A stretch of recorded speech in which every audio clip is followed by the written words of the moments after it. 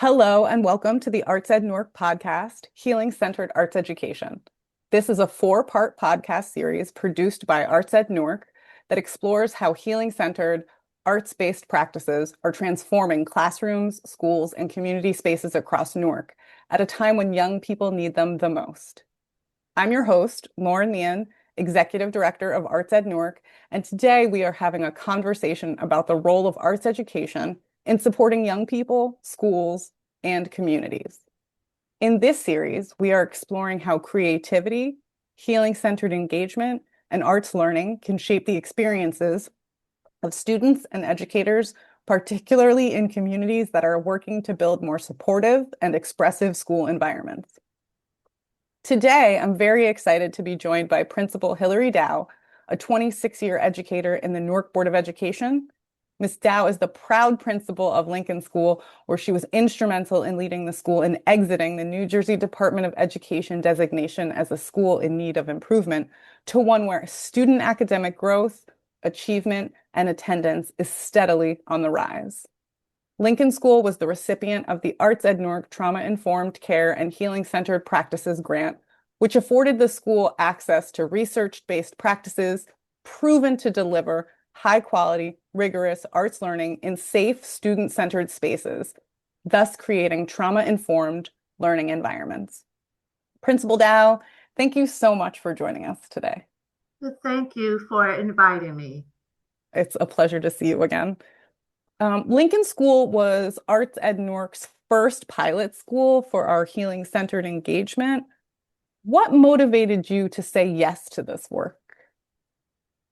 What motivated me to say yes to this work is that we have always had a school-wide goal of how are we going to address adverse childhood experiences. A social emotional goal that we have school-wide for our students, and how do we get them to learn in the most optimum environment that will address whatever trauma they have experienced. And then coming back from virtual learning and the pandemic, our staff experienced so much in regards to actually seeing inside of our students' home and what the students were exposed to. I thought, well, how can I best prepare my staff to deal with what it was that they saw virtually inside the students' home, and how do we transition our students back into the classroom and deal with everything that they were exposed to. So that getting the grant from Arts Ed North was right on time because it fit naturally into one of our school-wide goals for social emotional learning. Fantastic. How did the healing-centered art-based practices start to show up in classrooms or school culture, maybe in ways you did not expect initially? Initially, I imagined it to be teaching the teachers how to make their classrooms more trauma informed, how to deal with students' feelings and emotions. And what resulted, even though that's where we set out, it transformed into the teachers realizing and actualizing their own trauma and how to deal with it as a response to how we dealt with our children. So, what we were learning as the adults, what we were learning as the teachers, how to serve our students, only equipped us to serve ourselves. So, the things that we learned in all of the sessions, the things that we learned through the arts actually showed up in the classrooms with how we, as the teachers, interacted with our students outside of the academic core subjects and how we reached our students. And what changes did you notice in student engagement, behavior, or emotional expression after educators began using these approaches? It made the teachers more aware of what our children were experiencing and the reasons why they reacted in ways that they did.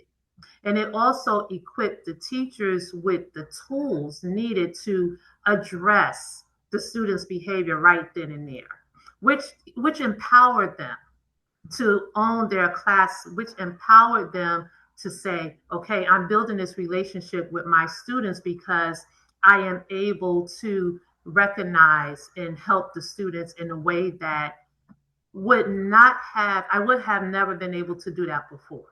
What advice would you give to other school leaders who are interested in adopting healing-centered practices, but are maybe unsure where to start? What I would do, the advice that I would give them is to, as the leader, one, take a look at what it truly means to be a healing centered school and to build healing centered classrooms. Because first, we had to start with the classrooms before we move to the school. What does that truly mean? Because we all have an idea of how we should interact with our students, what it needs for the students to excel. We all hear the phrases educating the whole child, but what does that actually mean outside of the academic realm? What does that mean on a social emotional level? What does that mean to be able to truly relate to the students as we ourselves learn to deal with or realize how we interact with students brings about the result from them. So, first, as leaders, internalize and adopt it within ourselves to see and plan out how and what do we see the benefit of it with our staff and our students. And then find a way to present to the staff. And I think one of the most valuable parts of this when we think about healing centered schools and trauma informed learning is that we did it through the arts, because the arts is the one thing that unites everybody. No matter what language you speak, no matter your background, no matter your race, no matter your gender, we all can relate to each other through the arts. And that's one of the things that we saw when we were engaging in all of the activities, everything that we were learning. As a staff, we were able to just decompress and come together. Um, as a school, think about how valuable that would be in order to bring your staff together and come together as one in order to move the school. So first, I would have the school leaders internalize it. Think about how this is going to benefit and be open to learning and not necessarily learning, but being open to the realization that will come out by engaging in this work. Because there was a lot of deeper feelings that came out. There was a lot of deep trauma that came out, both with students and staff, that through the engagement with the healing centered work, we learned how to support each other more. We in turn support our students. I think it's also helpful for listeners to know that in your leadership, you actually started this conversation with your staff coming out of the pandemic by doing a collective reading. So you were doing like a close reading of a book around healing-centered Yeah. engagement. And so you had kind of set a table before Arts Ed Newark even walked through the door. Yes, because it was very important to me that my staff, because there were times when, I witnessed things on the virtual learning platform that it just amazed me. And it was important for me to think of how am I going to transition my staff back into the building and interacting and teaching our students in person again, knowing that we experienced everything that we did. How are we going to deal with these feelings? What is going to give us that vehicle in regards to how are we going to cope with everything that we have experienced? So I started that book study with trauma informed learning. What does that mean? What does that look like? How can your classroom, um, how can you organize your classroom, not just in the environment, but in the culture, in the exchange between teacher, student, student, student? How can we build this culture which will allow us to deal with everything that we have experienced in the trauma? So yes, we started with that book study because book studies are in our nature. We've always did it. So we were learning. We as the staff, we had to learn about it first before we were able to actually embark on it and do it. And what were some of the real wins or highs that you saw in your students and in your staff, particularly through the arts aspect of this work? Some of the wins I saw with students, one, students were able to open up a whole lot more and build relationships with their teachers. And some of the activities that we did in movement, in um, the poems, in the arts that we learned, and teachers went back and implemented in their classroom, they got even the shyest of students to engage. And it also showed the students a different side of their teacher, which helped them make the experience even deeper. One of the things that I've always put in my SMART goal was to have art therapy and art therapy for my students, but I always geared it towards students who were experiencing difficulties in the classroom.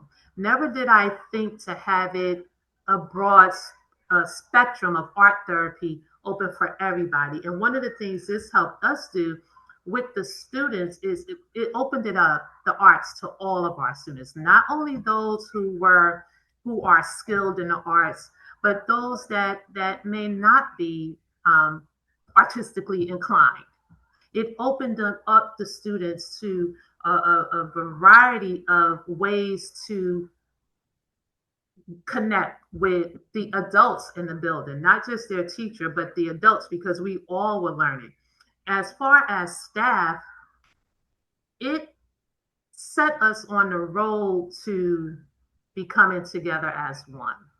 It helped us to see, especially those who were not in the classroom, it helped us to see what classroom teachers were dealing with, because when we came together in the meetings and we engaged in the activities, everybody was the same. And as I said, it allowed us to decompress. It also afforded that the whole venue afforded those who have never volunteered or speak up or anything to actively engage in it. And they spoke up and they volunteered and they stepped out. So it allowed us to say, hey, such and such is has a little outgoing to her, and she's actually funny, or he's actually funny. So it allowed us to see each other differently than what we had experienced. And then also, I had a lot of new staff members. It got us to learn or begin to learn each other. And when you think about the future of arts education and healing-centered engagement in Newark, what do you believe is most important to protect and invest in? I believe what's most important to protect is the arts, period. No matter, no matter in what realm, because the arts benefit, and I've seen it here in my students, and then I'll talk about staff. It brings out the best in people, but it also gets them to discover something in them that they may not have known before. And it gives them a platform where they can express it. because you think like some of the things that we did, some of my teachers never would have been involved in if it was something else, in some other kind of venue. If we didn't have it there to expose them to it, they would not have. There would not have been any movement.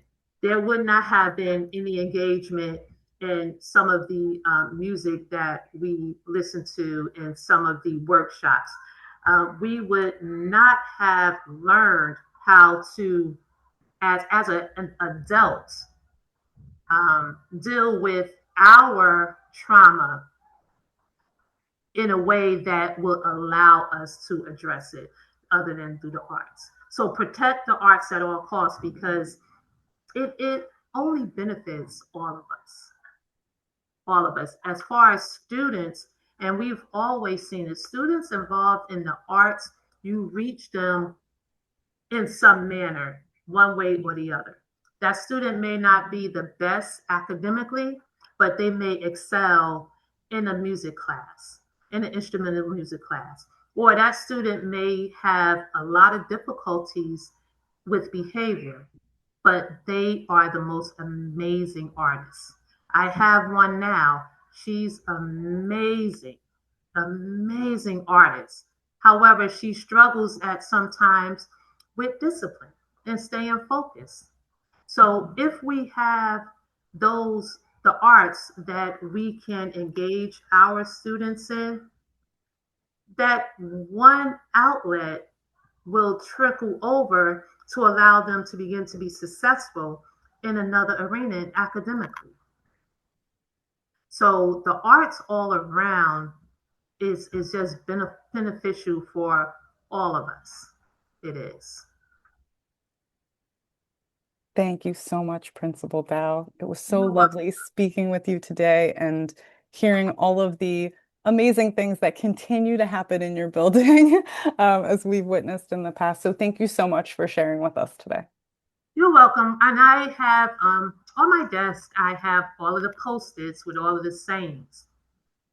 And one of the sayings I have is one of the ones Sanaz had said to me, and I jotted it down.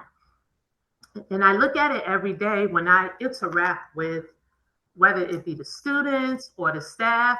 And the quote is, am I coming from my wounds or my wealth? The perfect ending. Thank you so much. Thank you.